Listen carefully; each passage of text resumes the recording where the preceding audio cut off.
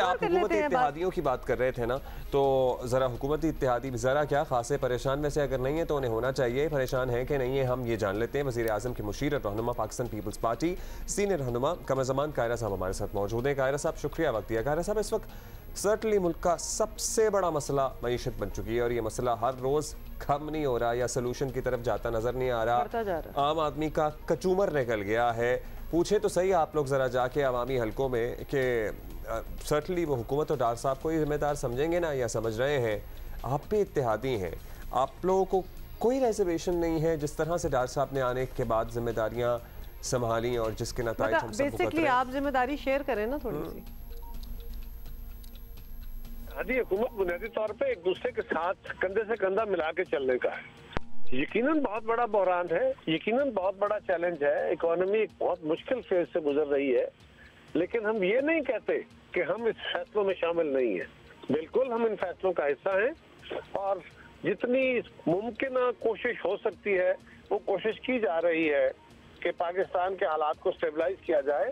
लेकिन अंदरूनी हालात भी और आलमी हालात भी इस वक्त जिस बहरानी कैफियत गुजर रहे हैं, ऊपर से IMF की कंडीशनैलिटीज हैं और पाकिस्तान का भी बहरहाल कई दहाइयों का ओवरऑल जो एक्यूमुलेटेड हमारे मैस है, उसने आज एक अजीब सूरत हाल इख्तियार कर ली है। तो इसमें जो फैसले हो रहे हैं वो सब हमारे इज्तिमाई फैसले हैं और हम एक दूसरे के साथ खड़े हैं। चलिए ठीक है कायरा साहब, अब ये भी बता दें कि पाकिस्तान को आपको पता ही है कि इस वक्त माशी क्राइसिस जो है उससे निकलने के लिए इंटरनेशनल मदद की बहुत ज़्यादा ज़रूरत है। There is no other way. तो ये जो है शोभा बिलावल भुट्टो जरदारी साहब के पास है और अब तक हमने ये नोटिस किया है कि कोई खातिर खा नताइज वो भी नहीं दे पाए। तो क्या ये नाकामी आप इसको कहेंगे, क्या कहेंगे, या फिर अभी भी more work is being done on that? Pakistan जब पिछले 8-9 महीने पहले हमारे हवाले हुआ तो सारी दुनिया को इस बात का पता है कि पाकिस्तान के खारजा ताल्लुकात का आलम यह था कि अमेरिका नाराज, यूरोप नाराज, FATF के तलवार हमारे ऊपर। बावजूद तमाम कंडीशनैलिटीज पूरी कर देने के 2 उनकी मीटिंग्स में हमारा केस रेफर होता रहा। सऊदीया हमसे नाराज, चाइना हमसे नाराज, दुबई वाले हमसे नाराज।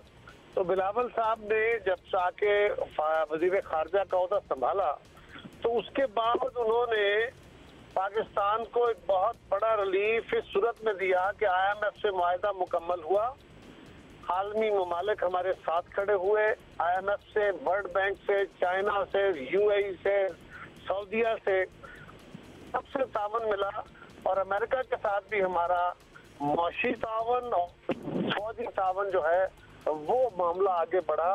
तो ये तो बहुत बड़ी सक्सेस स्टोरी है बिलावल साहब की। अच्छा ये बता दीजिएगा कायरा साहब कि मौशी बहरान नत्थी हो चुका है सियासी इस्तेहकाम से जो नहीं नज़र आ रहा। लेट्स बी ऑनेस्ट, पूरे मुल्क में एक ही दिन इलेक्शन शायद हो, अब इसका शायद ना हो। क्या है इसका हल? आपके जहन में है कुछ?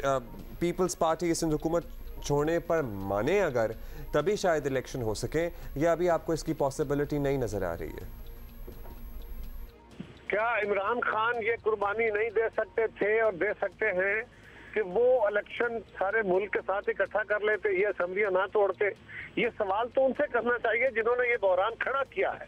हम तो ये कह रहे थे कि 2 महीने कबल इंतखाबात कराने के लिए हम तो तैयार थे, लेकिन अगर कोई बंदा जिद में आ जाता है और वो पाकिस्तान का नुकसान करके अपना सियासी फायदा करना चाहता है तो ये सवाल उससे करें। हाँ बट कायरा साहब ये वैसे कोई जवाब तो ना हुआ ना। आपको पता ही है कि an eye for an eye leaves everybody blind. तो उसने नहीं किया तो हम भी नहीं करेंगे, मतलब इस तरह। तो इसीलिए तो हम वहाँ पहुँचे हुए हैं जहाँ हम आज हैं। But anyway thank you for being with us. 5वां प्रोवर्ब है। 5वां? और आपने कोई आज मुझे भारी भरकम उर्दू नहीं मारी मुझे सुबह मैंने क्या वो word, what was the word that you used? तखय्युलाती। वैसे तो आसान सा लफ्ज है, ये तो पता ही होगा। अब व्हेन यू से इट ऑन एयर ना तो लोग मेरे पीछे पड़ जाते हैं कि आपको तखय्युलाती का मतलब नहीं पता। जिस कॉन्टेक्स्ट में इसने यूज़ किया था ना उसमें वाकई नहीं, किसी को भी नहीं पता था क्या कह रहे हैं, इनको भी नहीं।